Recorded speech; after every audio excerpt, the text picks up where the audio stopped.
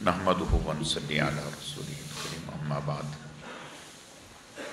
اعوذ باللہ من الشیطان الرجیم بسم اللہ الرحمن الرحیم قد افلح المؤمنون الذین هم فی صلاتهم خاشعون صدق اللہ مولانا العظیم۔ میرے عزیز و دوستو، اللہ رب العزت کا بے حد کرم ہے، احسان ہے کہ اللہ پاک نے ہمیں دین سیکھنے، سمجھنے اور عمل کے جذبے سے جمع فرمائے ہیں۔ اللہ تعالی ہم سب کے آنے کو، جمع ہونے کو، مل بیٹھنے کو اپنی بارگاہ میں اعلیٰ درجے میں قبول فرمائے، کمی کوتاہیوں کو معاف فرمائے۔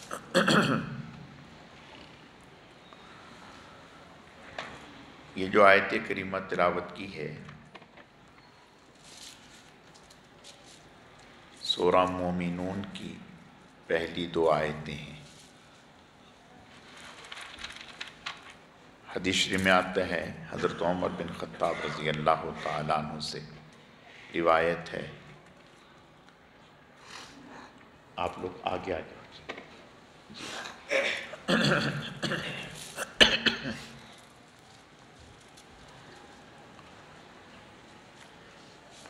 فرماتے ہیں کہ جب آپ صلی اللہ علیہ وسلم پر وحی آتی اور ہم پاس بیٹھے ہوتے تو ایسے آواز سنائی دیتی جیسے شہد کی مکھیوں کی بن بناہٹ کی آواز ہوتی۔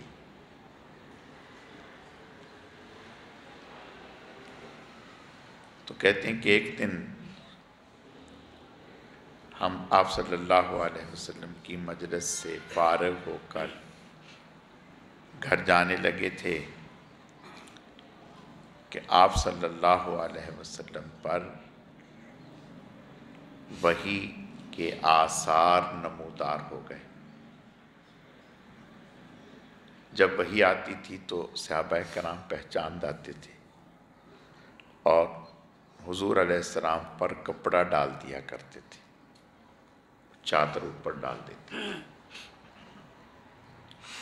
تو فرماتے ہیں کہ جب آپ صلی اللہ علیہ وسلم پر وحی کے آثار نمودار ہوئے تو ہم نے سوچا کہ بھئی تھوڑا انتظار کر لیتے ہیں، دیکھتے ہیں کہ آپ پر کیا وحی آئی ہے۔ تو کہتے ہیں کہ آپ صلی اللہ علیہ وسلم سے جب وحی کے آثار ہٹے تو آپ صلی اللہ علیہ وسلم قبلے کی طرف منہ کر کے دو زانوں ہو کر یہ دعا فرمانے لگے، اللہم زدنا ولا تنقصنا۔ اے اللہ، آپ ہم میں اضافہ فرمائیے، زیادتی فرمائیے، بڑھائیے، کمی نہ کیجیے۔ اللہم زدنا ولا تنقصنا وآتنا ولا تحرمنا، اور ہمیں عطا کیجیے، محروم نہ فرمائیے۔ اللہم زدنا ولا تنقصنا واکرمنا ولا تہنا، اور ہمیں عزتوں سے نوازیے، رسوا نہ فرمائیے۔ وآتنا ولا تحرمنا، ہمیں عطا کیجیے، محروم نہ فرمائیے۔ وآثرنا ولا تؤثر علینا، ہمیں لوگوں پر برتری، عزت، عظمت، ترجیح دیجیے اور دوسروں کو ہم پر ترجیح نہ دیجیے۔ ورزنا ورزعنا، آپ ہم سے راضی ہو جائیے اور ہمیں اپنے آپ سے راضی کر لیجیے۔ تو آپ صلی اللہ علیہ وسلم نے یہ دعا مانگی اور پھر دعا مانگنے کے بعد ہمیں بتایا کہ اللہ پاک نے یہ 10 آیتیں مجھ پہ نازل فرمائی ہیں۔ سورہ مومنون کی ابتدائی 10 آیتیں۔ اور آپ نے ارشاد فرمایا اگر کوئی ان پر عمل کر لے تو جنت میں داخل ہو جائے گا۔ یہ جو ابتدائی 10 آیتیں ہیں، فرمایا اگر کوئی ان پر عمل کر لے تو جنت میں داخل ہو جائے گا۔ اس میں پہلی آیت میں فرمایا قد افلح المؤمنون،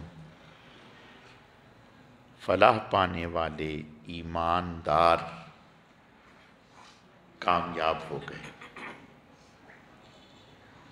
یاد رکھیں اللہ پاک نے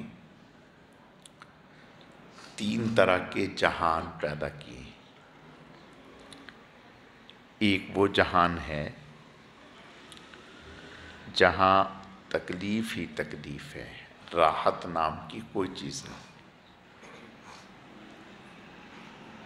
اور ایک وہ جہان ہے جہاں راحت ہی راحت ہے، تکلیف کا وہاں سے گزر ہی نہیں ہوا، خوشیاں ہی خوشیاں ہیں، جوانی ہی ہے، بڑھاپا ہے ہی نہیں، صحت ہی ہے، بیماری ہے نہیں۔ اور ایک وہ جہان ہے جہاں اللہ نے راحت بھی رکھی ہے، تکلیف بھی رکھی ہے، جوانی بھی رکھی ہے، بڑھاپا بھی رکھا ہے، صحت بھی رکھی ہے، بیماری بھی رکھی ہے، فقر و فاقہ بھی رکھا ہے، اور مالداری بھی رکھی ہے۔ تو وہ جہان جس میں تکالیف ہی تکالیف ہیں وہ جہنم کا جہان ہے، اور وہ جہان جہاں راحت ہی راحت ہے وہ جنت کا جہان ہے، اور وہ جہان جہاں راحت بھی ہے اور تکلیف بھی ہے یہ دنیا ہے۔ اس دنیا میں خواہ نبی ہو، خواہ ولی ہو، غوث قطب ابدال ہو، کافر ہو، مسلمان ہو، کوئی بھی ہو، اس کو دونوں طرح کے حالات سے گزرنا پڑتا ہے، بیماری سے بھی، صحت سے بھی، پریشانی سے بھی، خوشی سے بھی۔ ایسا دنیا میں اس جہان میں کوئی ہے ہی نہیں جس سے کبھی کوئی تکلیف نہ آئی ہو، جس کی ہر خواہش پوری ہوئی ہو۔ تو یہ جو اللہ پاک نے فرمایا قد افلح المؤمنون، فلاح پا گئے ایمان والے، تو فلاح کہتے ہیں کہ جہاں ہر کام خواہش کے مطابق ہو، کوئی چیز بھی خواہش سے ہٹ کر نہ ہو، جہاں ہر خوشی ہو، کوئی غمی نہ ہو، اور یہ اس جہان میں ممکن نہیں، یہ اللہ نے آخرت کے جہان میں رکھا ہے۔ تو اس آیت میں جو فلاح کا تعلق ہے یہ آخرت سے ہے کہ آخرت میں 2 طرح کے ہی ٹھکانے ہیں، یا تو جنت ہے یا جہنم ہے۔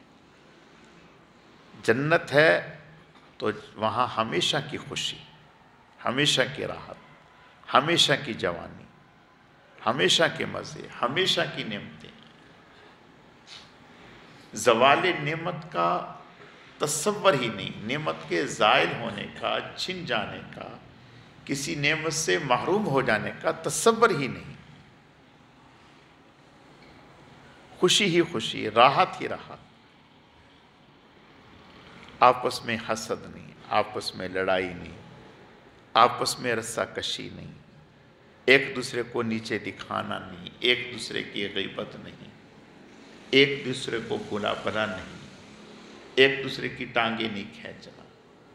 یہ اللہ نے جو راحت ہی راحت رکھی ہے اس کو جنت میں رکھا ہے، اور یہ ایمان والوں کے لیے۔ اور جہاں تکلیف ہی تکلیف ہے، حدیث شریف میں آتا ہے، آپ صلی اللہ علیہ وسلم کا ارشاد ہے قیامت کے دن سب سے کم درجے کا عذاب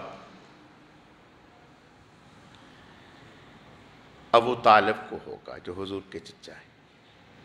آپ نے ارشاد فرمایا انہیں صرف جہنم کے جوتے پہنائے جائیں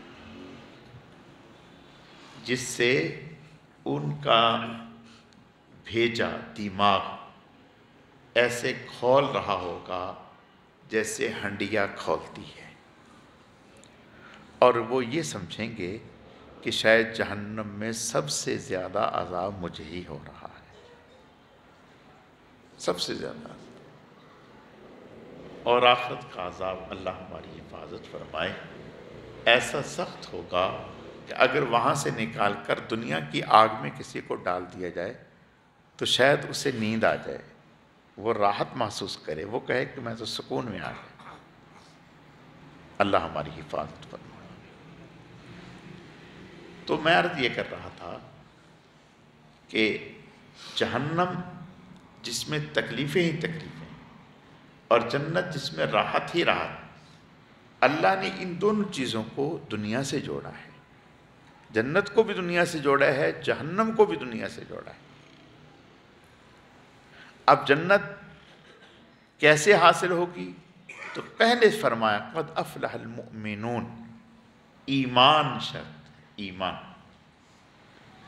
ایمان اگر کوئی شخص ایمان سے خالی ہے، دنیا بھر کے اچھے کام کر لے، ساری دنیا کو فائدہ پہنچائے، ساری دنیا کو نفع پہنچائے، اللہ تعالیٰ اس کے ان کاموں کا جو دنیا کے لیے دنیا کو نفع پہنچانے میں وہ کر رہا ہے، اللہ تعالیٰ اس کا بدلہ اسے دنیا میں دے دیں گے، آخرت میں کچھ نہیں۔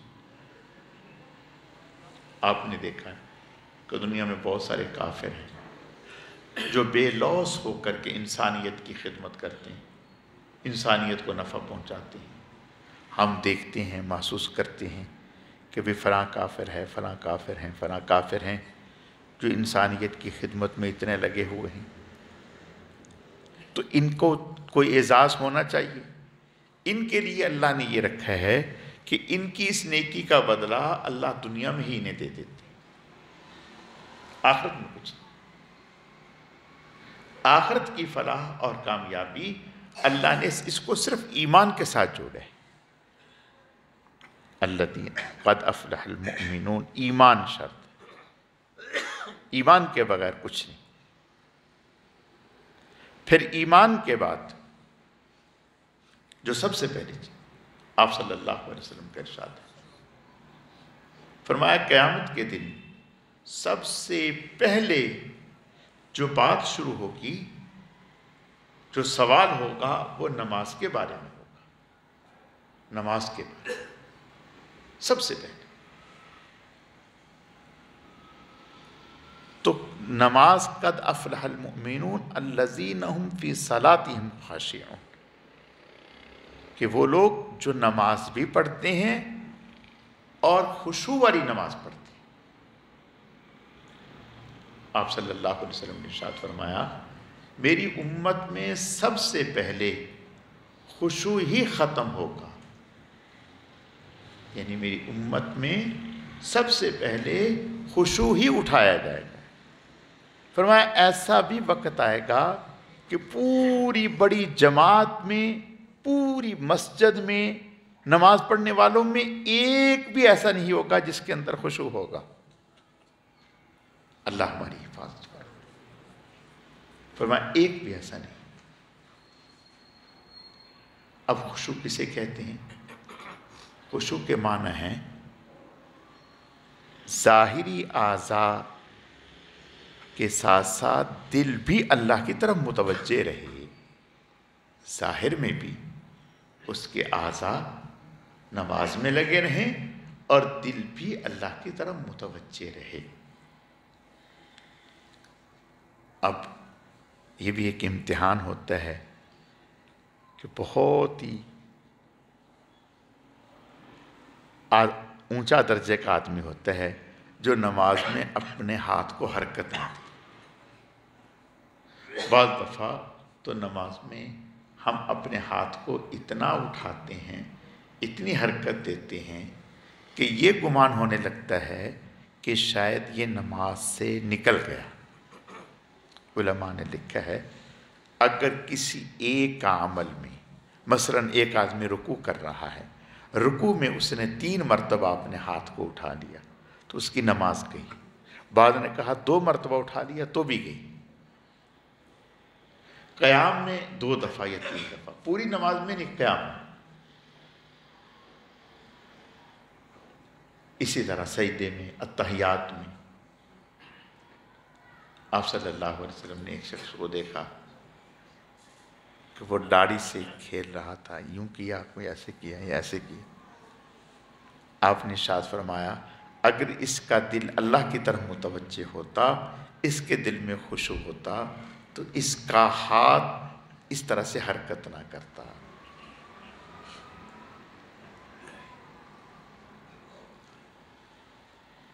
میں نے پہلے بھی کئی دفعہ عرض کیا، حضرت امام غزالی رحمۃ اللہ علیہ، یہ 2 بھائی تھے، محمد غزالی اور احمد غزالی.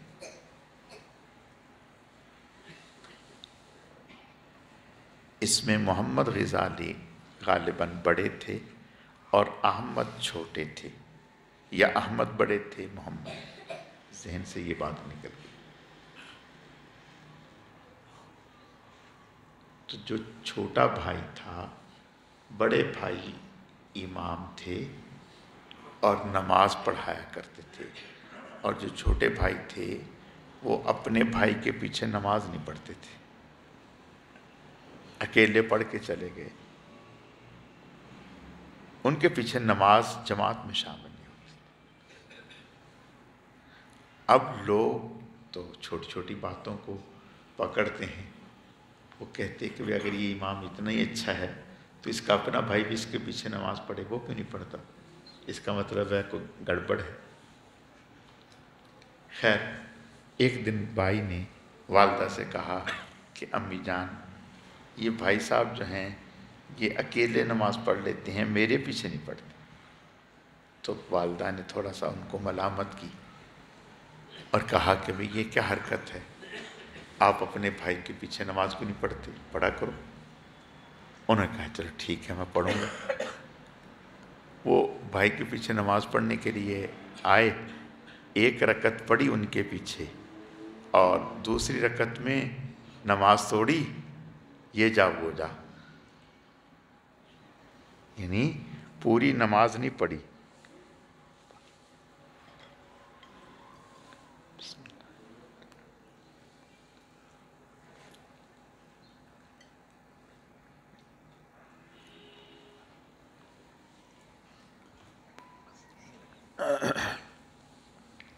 پوری نماز نہیں پڑھی، 1 رکعت پڑھی اور سلام پھیرا، نماز توڑی اور یہ جا وہ جا چلے.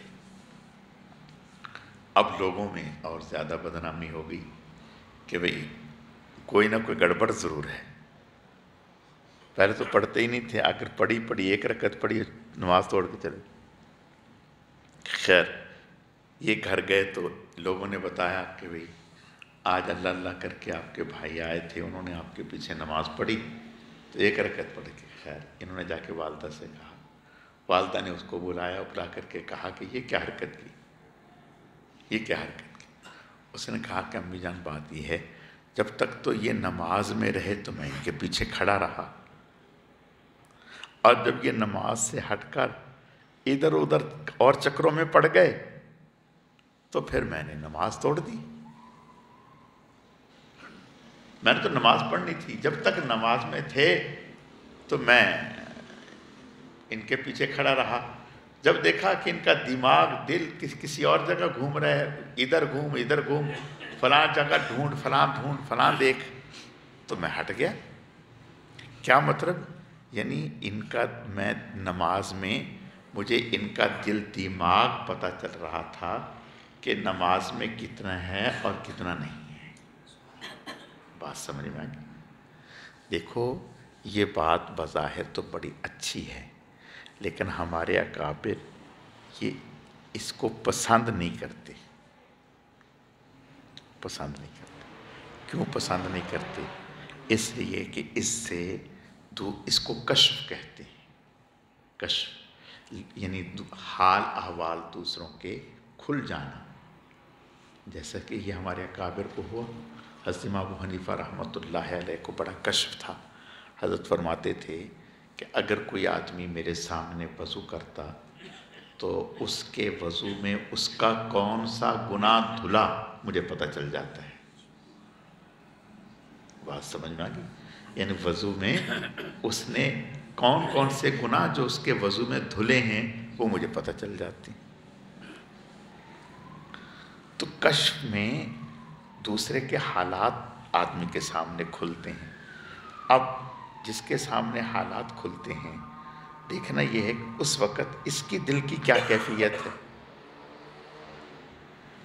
بعض دفعہ جس پر حالات کھلتے ہیں وہ دوسروں کے جب اس کے سامنے خامیے نقائص آتے ہیں، عیوب آتے ہیں، تو اس پہ اس کے اندر کبر آنے کا شبہ ہوتا ہے کہ یہ تو ایسا ہے، میں تو ایسا ہوں۔ بات سمجھ میں آ رہی؟ تو اس لیے اور پھر ایسے میں بھی مثال کے طور پر کون کیسا ہے کون کیسا ہے، ہمارے بزرگوں میں ایک بزرگ گزرے ہیں، غالباً حضرت مولانا احمد علی لاہوری رحمۃ اللہ علیہ۔ تو اللہ پاک نے انہیں بھی بڑا کشف عطا کیا تھا، بہت ہی کشف عطا کیا تھا۔ ایک دفعہ انہوں نے بازار میں گئے تو ایک صاحب جو ان کے ساتھ تھے ان کے سر پر اپنا عمامہ رکھ دیا، ان کے سر پر اپنا عمامہ رکھ دیا۔ اب جب عمامہ رکھا تو وہ یکدم پریشان ہوا، تو تھوڑی دیر کے بعد اس نے عمامہ اتار دیا تو حالات نارمل ہو گئے۔ اب حضرت نے فرمایا ہاں بھائی، کہا حضرت جب آپ نے سر پہ عمامہ رکھا تو میں نے تو عجیب دیکھا، مجھے بھرے بازار میں کوئی انسان نظر نہیں آیا، بھرے بازار میں کوئی انسان نظر نہیں آیا، کوئی کسی شکل میں، کوئی جانور کی کسی شکل میں، کوئی کسی شکل میں، کوئی کسی شکل میں۔ ایک بات یاد رکھیں، یہ ہم جو انسان ہیں نا، ہم نے کسی نے کوئی صفت جانور کی اختیار کر رکھی ہے، کسی نے کوئی، کسی نے کوئی، کسی نے کوئی، بدعمالیوں سے۔ اور یہ جو ہمارے اکابر ہیں، حضرت مولانا احمد علی لاہوری رحمۃ اللہ علیہ کے بارے میں آتا ہے، عرض فرماتے تھے کہ اگر کوئی آدمی میرے پاس میری خانقاہ میں آ کر 40 دن گزارے، کتنے دن؟ 40 دن گزارے، اور یہیں سے باہر نہ جائے، اور جو کھانا کھلائیں اس کو وہ کھائے، پھر کسی بھی قبر پہ کھڑا ہوگا تو اس کو قبر والے کا حال پتہ چل جائے گا کہ یہ قبر والا کس حال میں ہے۔ صرف حال نہیں پتہ چلے گا، اس سے بات کرے گا، اس سے بات کرے گا۔ یہ اللہ تعالیٰ اس پر یہ حالات منکشف کر دیں گے۔ تو خیر، میں عرض یہ کر رہا تھا کہ یہ کشف جو ہے ہمارے اکابر نے، بہت سارے اکابر کو ہوتا ہے۔ حضرت حکیم الامت مولانا شفیع صاحب تھانوی رحمۃ اللہ علیہ کو بہت کشف تھا۔ حضرت پاکستان بننے سے پہلے لاہور میں تشریف لائے، دانتوں کے علاج کے حوالے سے لاہور میں، اور جب واپس جانے لگے ہندوستان تو ایک دن پہلے یا 2 دن پہلے تو فرمایا کہ بھئی قبرستان میں جو ہمارے مسلمان بھائی ہیں، اکابر ہیں، ہمیں ان کی قبروں پہ جانا چاہیے۔ تو قبرستان میں تشریف لے گئے، اس میں سلاطین بادشاہوں کی قبروں پر بھی، اور جو اولیاء تھے ان کی قبروں پر بھی، اور جب سب کی قبروں سے ہو کر واپس ہوئے تو خادم نے پوچھا حضرت کیا نظر آیا؟ فرمایا جو دنیا میں بادشاہ تھے وہ قبروں میں فقیر نظر آئے، اور جو دنیا میں فقیر درویش تھے قبروں میں بادشاہ نظر آئے، اور اس وقت تو یہ جو حضرت داتا گنج بخش وہ ہیں نا لاہور والے، یہی ہے نا حضرت داتا گنج بخش، حضرت ان کے مزار پر بھی گئے تھے، حضرت حکیم الامت ان کے مزار پر بھی گئے تھے، فرمانے لگے کہ اللہ اکبر، کتنی عظیم شخصیت ہیں، کتنی عظیم شخصیت ہیں یہ، کہ میں نے دیکھا کہ ہزاروں لاکھوں لوگ ان کے سامنے ایسے کھڑے ہیں جیسے بادشاہ کے سامنے فقیر کھڑے ہوتے ہیں۔ اور فرمایا کہ حضرت کی بڑی شان تھی، ایک بادشاہوں والا طریقہ تھا۔ تو مجھے آپ کو تو یہ کچھ بھی نظر نہیں آتا، سمجھ میں بات آ گئی؟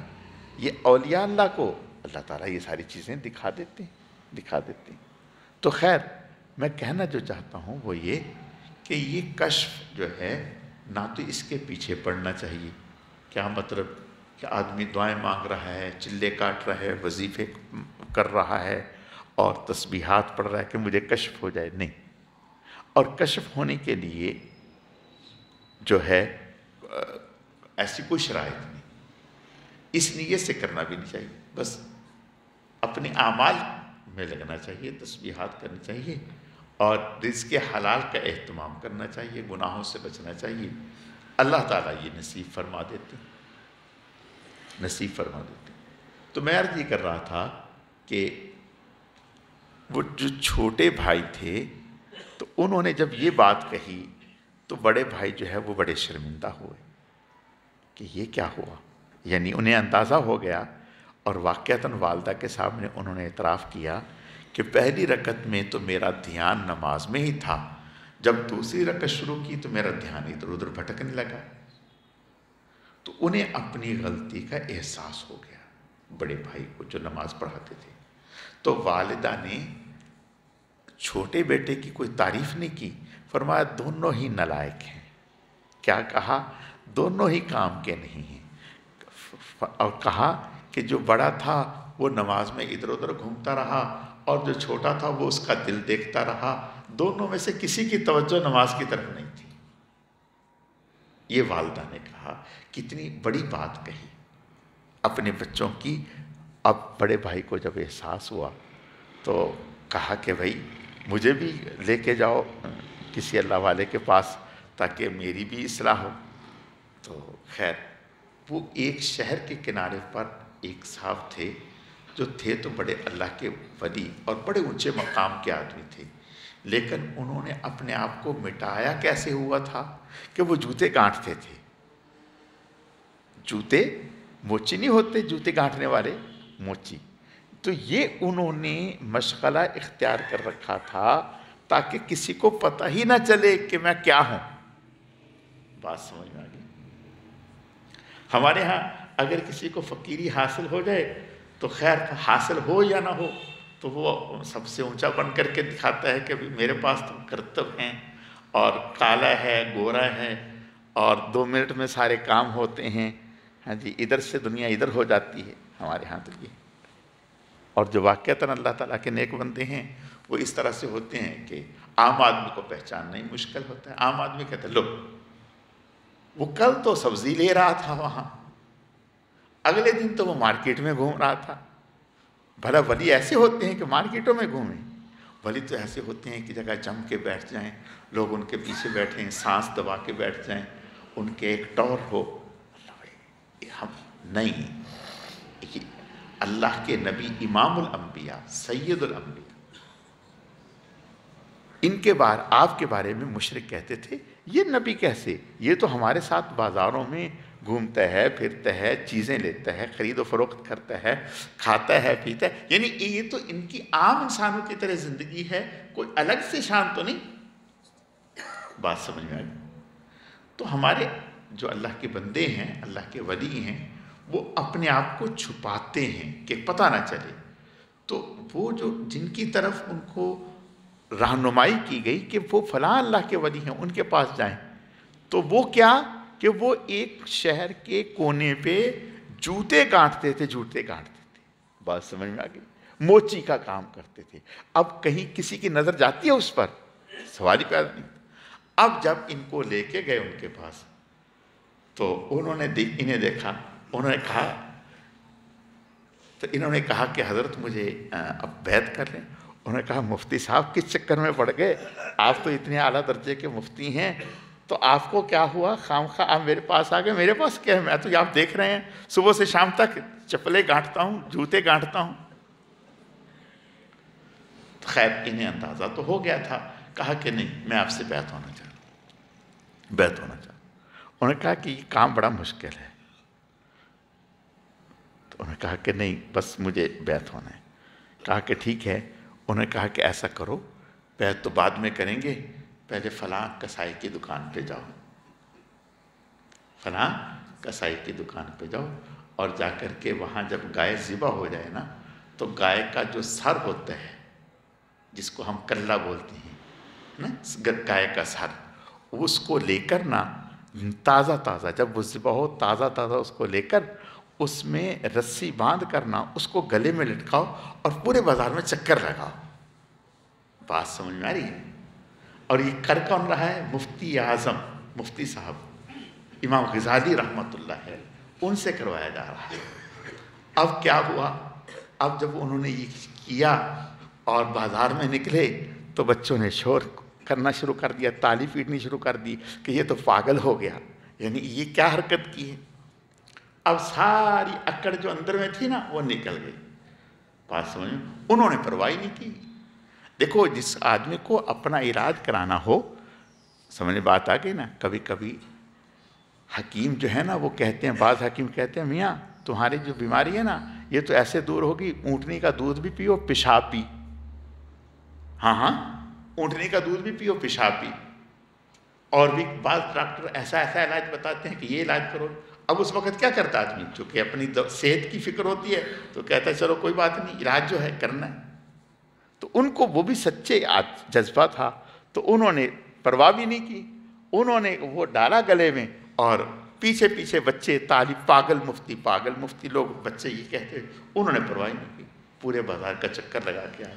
خیر جب وہ چکر لگا کے آئے تو اللہ پاک نے انہیں باطن کی نگاہ، جب ان کے شاگرد کو اور ان کے مرید کو اللہ نے ایسی نگاہ دی تھی کہ وہ نماز میں پیچھے کھڑے ہوئے دیکھ رہے ہیں، تو انہیں بھی اللہ نے نگاہ دی تھی، تو انہوں نے فوراً اٹھے انہیں گلے سے لگا دیا، اور جو ہے اس کے بعد اپنا امامہ ان کے سر پہ رکھ دیا۔ کہا کہ آج کے پھر اللہ پاک نے ان سے وہ کام لیا کہ ایک دنیا جو ہے وہ ان کے ذریعے سے ہدایت پر آئی ہے۔ پھر امام غزالی بنے۔ بات سمجھ میں آئی؟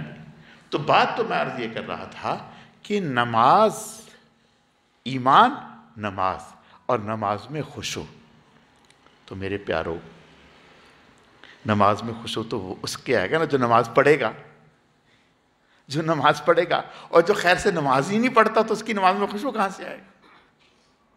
یا 8ویں دن صرف جمعے کے دن حاضری لگانے کے لیے آتا ہے، یا اگر بہت تیر مارا تو سال کے بعد بقرعید کی نماز اور عید کی نماز نہیں۔ یاد رکھو پہلے نماز پکی کرو کہ ہم جماعت سے نماز پڑھیں، اور جماعت سے بھی ایسے تکبیر اولیٰ سے نماز پڑھیں۔ دیکھو کوئی کام بھی 1-2 دن میں نہیں آتا، زندگی لگتی ہے، کسی بھی کام میں محنت کرنی پڑتی ہے، محنت کرتے ہیں تو جا کے آدمی کسی مقام پر پہنچتا ہے۔ میں ایک دفعہ ایک مکینک تھا تو اس کو بتایا کہ بھی گاڑی میں آواز ہے، یعنی گاڑی پرابلم کر رہی ہے۔ اس نے کہا جی ٹھیک ہے۔ اس نے کیا کیا، گاڑی اسٹارٹ کی، ریس پہ پاؤں دیا، ایکسیلیٹر پہ، گھوں گھوں گھوں کر رہی ہے گاڑی۔ اس نے یوں کیا۔ اس نے کہا کہ مولانا صاحب فلاں چیز آواز کر رہی ہے، فلاں چیز آواز کر رہی ہے، فلاں چیز آواز کر رہی ہے، یہ چیز بدلے گی، یہ چیز بدلے گی، یہ چیز کھلے گی۔ اب ہم ہنسے کہ بھائی ہم تو صبح سے شام تک گھوں گھوں گاڑی کی کراتے ہیں، ہمیں کوئی آواز نہیں سنائی دیتی، اس کو 2 منٹ میں ساری آوازیں سنائی دینے لگی، ہے نا ایسی بات؟ تو وہ کیا کہتے ہیں، مکینک ہنستا ہے، جب ہم یہ کہتے ہیں نا تو وہ ہنستا ہے، وہ کہتے ہیں مولانا صاحب آپ کو پتہ نہیں ہے میں نے کتنے جوتے کھائے ہیں، استاد نے کتنا مرغا بنایا، اور کتنا مارا مجھے. پھر جا کر کے یہ آوازیں مجھ پر کھلیں، پھر جا کر کے یہ آوازیں مجھ پر کھلیں. اب اللہ کا شکر ہے کوئی گاڑی آپ لے کر کے آئیں میرے سامنے، میں 2 منٹ میں بتاؤں گا کہ اس میں کہاں کیا آواز ہے، کیا پرابلم ہے. بات سمجھ میں آ گئی؟ میں اور آپ تو نہیں بتا سکتے. کیوں؟ اس لیے کہ اس نے اس لائن میں محنت کی ہے اور ایک مقام حاصل کیا ہے.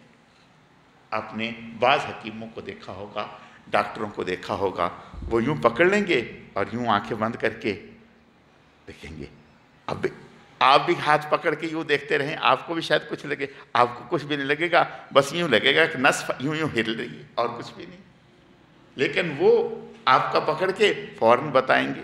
اور دیانتداری سے دارالعلوم دیوبند کے ایک عالم تھے، دارالعلوم دیوبند کے فاضل تھے، بہت بڑے حکیم تھے ہمارے علاقے میں، بہت بڑے حکیم تھے. میں ان کے پاس ایک مریض کو لے کر کے گیا. ایک کچھ باتیں تو ہوتی ہیں نا آدمی نے کسی سے سنی ہوتی ہیں، ایک ہے کہ خود میں ایک مریض کو لے کر کے گیا. انہوں نے یوں پکڑا، پکڑنے کے بعد میں کچھ بتانے لگا. ان کا نہیں، اگر آپ بتائیں گے تو پھر میں حکیم کس بات کا. ان کے الفاظ یہ تھے، اگر آپ بتائیں گے تو میں حکیم کس بات کا. نہیں، آپ سنیں، میں بتاتا ہوں کہ ان کو کیا کیا بیماری ہے. آپ یقین جانیں انہوں نے 2 منٹ کے بعد سب بیماری بتائی کہ آپ کو یہ تکلیف ہے، یہ بیماری ہے، یہ آپ کی کیفیت ہے، جو مریض لے کے گئے تھے. پھر انہوں نے کہا کہ آپ پریشان نہ ہوں، اس کا علاج ہوگا اور 4 یا 5 مہینے آپ کو پرہیز کرنا ہوگا اور لگ کے علاج کرنا ہوگا، دوائی کھانی ہوگی. ٹھیک ہو گئے ماشاءاللہ، بہترین ہو گئے. اب ہم کہیں کہ انہوں نے 2 منٹ میں پکڑ کے سارا کچھ بتا دیا، ہم بھی 2 منٹ میں پکڑ کے آپ بھی کہہ دیں رٹے رٹائے کبھی آپ کو یہ بھی ہوتا ہے، آپ کو یہ بھی ہوتا ہے، وہ کہے گا کچھ بھی نہیں ہوتا. تو بھائی بات یہ ہے، جس رخ پر آپ محنت کریں گے وہ چیز اللہ آپ پر کھول دیں گے، اور اگر ہم محنت ہی نہیں کریں گے تو کھلے گی کہاں سے. تو بھائی ہم اس بات پر محنت کریں کہ اللہ تعالی ہمیں تقوی والی زندگی نصیب فرما دے، گناہوں سے ہم بچنے والے، بس اتنی سی محنت ہے. اور اس کے لیے کیا ہے؟ گناہوں کو چھوڑنا، اللہ کی نافرمانی کو چھوڑنا اور سنتوں کو اختیار کرنا، فرائض واجبات سنن کی پابندی کرنا. کوئی مشکل کام نہیں. اللہ تعالیٰ سمجھنے کی، عمل کرنے کی توفیق عطا فرمائے. الحمدللہ رب العالمین والعاقبۃ للمتقین والصلاة والسلام علی سید المرسلین. اللہم صلی علی محمد النبی الامی وعلی آلہ واصحابہ وبارک وسلم وصلی علیہ. رب اغفر وارحم وانت خیر الراحمین. اے اللہ، آج کی اس مبارک مجلس میں جتنا بھی درود شریف محض آپ کی توفیق اور آپ کے فضل سے پڑھا گیا، اسے اپنی بارگاہ میں بے حد قبول فرما، کمی کوتاہیوں کو معاف فرما. اس کا اجر و ثواب جناب رسول اللہ صلی اللہ علیہ وسلم کی خدمت میں بطور تحفہ اور ہدیہ قبول فرما. پھر آپ علیہ السلام کے صدقہ اور طفیل سے آپ کی ازواج، اہل بیت، خلفائے راشدین 10 مبشرہ، تمام صحابہ کرام و صحابیات، تمام انبیاء کرام، حضرت شیخ الحدیث رحمۃ اللہ علیہ، ہمارے حضرت جی رحمۃ اللہ علیہ، سلسلے کے تمام اکابر، اسراف، بزرگان دین، مشائخ اعظام، ہم سب کے والدین، ہم سب کے اساتذہ کرام، پوری امت کو اے اللہ اس کا اجر و ثواب پہنچا. یا اللہ پاک درود شریف کے اس مبارک عمل کو آپ صلی اللہ علیہ وسلم کے قرب خاص کے حصول کا ذریعہ فرما، آپ کی دعاؤں میں ہمیں شامل فرما. یا اللہ پاک درود شریف کے اس مبارک عمل کی برکت سے ہم سب کا خاتمہ ایمان پر فرما، اپنے اپنے وقت پر پاکیزہ طیب کلمے والی موت نصیب فرما. یا اللہ پاک درود شریف کے اس مبارک عمل کی برکت سے ہم سب کے تمام گناہوں کو معاف فرما، تمام بیماروں کو صحت و تندرستی عطا فرما، تمام مسلمان مرحومین کی مغفرت فرما، اپنے انعامات کو ہم پر عام اور تام فرما، کامل اور مکمل فرما. ہر نعمت کے حاصل ہونے پر اپنی ذات عالی کا بے حد شکر ادا کرنے کی توفیق عطا فرما. ناشکری ناقدری سے ہماری حفاظت فرما. اے اللہ ہمیں شکر کرنے والا دل اور شکر کرنے والی زبان عطا فرما، ذکر کرنے والا دل اور ذکر کرنے والی زبان عطا فرما. اے اللہ ہم سب کو اپنے غیب کے خزانوں سے رزق حلال، خوشحالی، فراوانی، عزت، عافیت اور سہولت کے ساتھ وافر مقدار میں نصیب فرما، پھر اپنے راستے میں خوب خوب خرچ کرنے کی توفیق عطا فرما۔ اے اللہ اعمال صالحہ میں استقامت نصیب فرما، خیر کے زیادہ سے زیادہ کام محض اپنے کرم اور فضل سے تھوڑے وقت میں ہم سب کو کرنے کی توفیق عطا فرما۔ اے اللہ ہم سب کے لیے بار بار حرمین شریفین کی مقبول حاضری مقدر فرما۔ یا اللہ پاک جتنے بھی علماء، صلحاء، مجاہدین، مرد عورتیں بے گناہ قیدی ہیں اندرون ملک بیرون ملک، سب کو رہائی نصیب فرما۔ اے اللہ اپنا پاک نام صحیح صحیح لینا نصیب فرما، اپنے پاک نام کی لذت، حقیقت، حلاوت، معرفت نصیب فرما، اپنا قرب اور تعلق نصیب فرما، ہر گھڑی ہر آن بس اپنی ہی ذات عالی کا دھیان نصیب فرما۔ سبحان ربک رب العزت عما یصفون وسلام علی المرسلین والحمد للہ رب العالمین برحمتک یا ارحم الراحمین۔